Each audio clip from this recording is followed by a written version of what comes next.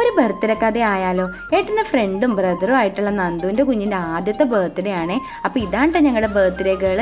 അപ്പോൾ ബർത്ത്ഡേ വിശേഷത്തെക്കാൾ എനിക്ക് കൂടുതൽ പറയാനുള്ളത് ആ ബർത്ത്ഡേ നടന്ന സ്പോട്ടിനെ പറ്റിയാട്ടോ.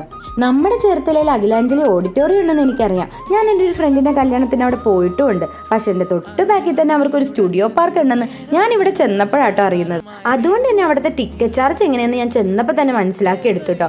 ഈ പാർക്ക് ഏരിയ അല്ലാതെ തന്നെ സ്വിമ്മിംഗ് പൂൾ ഏരിയ പിന്നെ വീഡിയോ ഗെയിംസ് ഏരിയ ഒക്കെ അവിടെ ഉണ്ട്. സോ പാർക്കിൽ 1 ഡേ പെർ പേഴ്സൺ 100ഉം സ്വിമ്മിംഗ് പൂളിൽ 1 അവർ 160 ആണ് കേട്ടോ. സ്വിമ്മിംഗ് പൂളിൽ വീഡിയോസ് എടുക്കാൻ പറ്റിയില്ലേ, ഓൾറെഡി അവിടെ സ്വിം ചെയ്യുമായിരുന്നു. അപ്പോൾ അവരുടെ പ്രൈവസി നോക്കണമല്ലോ. അങ്ങനെ അതൊക്കെ മനസ്സിലാക്കി പാർക്കിലെ കളിയും കഴിഞ്ഞിട്ട് ഞങ്ങൾ ബർത്ത്ഡേ കൂടാൻ വേണ്ടി എത്തിയേ. ആമീൻ എതി ക്യൂട്ടായിട്ടില്ലേ? നന്ദച്ചിറ്റിന് അടുത്തെടുത്ത സെയിം ഉടുപ്പാട്ടോ രണ്ടുപേരും ഇട്ടത്. അങ്ങനെ ഞങ്ങളുടെ ബർത്ത്ഡേകളിൽ ഹാപ്പി ആയിട്ടുള്ള കേക്ക് കട്ടിംഗ് ഒക്കെ കഴിഞ്ഞ് കുറച്ച് ഫോട്ടോസും വീഡിയോസൊക്കെ എടുത്ത് ഫുഡൊക്കെ കഴിച്ച് കുറേ നേരം പാർക്കിലൊക്കെ കളിച്ചിട്ടാണ് കേട്ടോ ഞങ്ങൾ തിരിച്ചു പോകുന്നത്.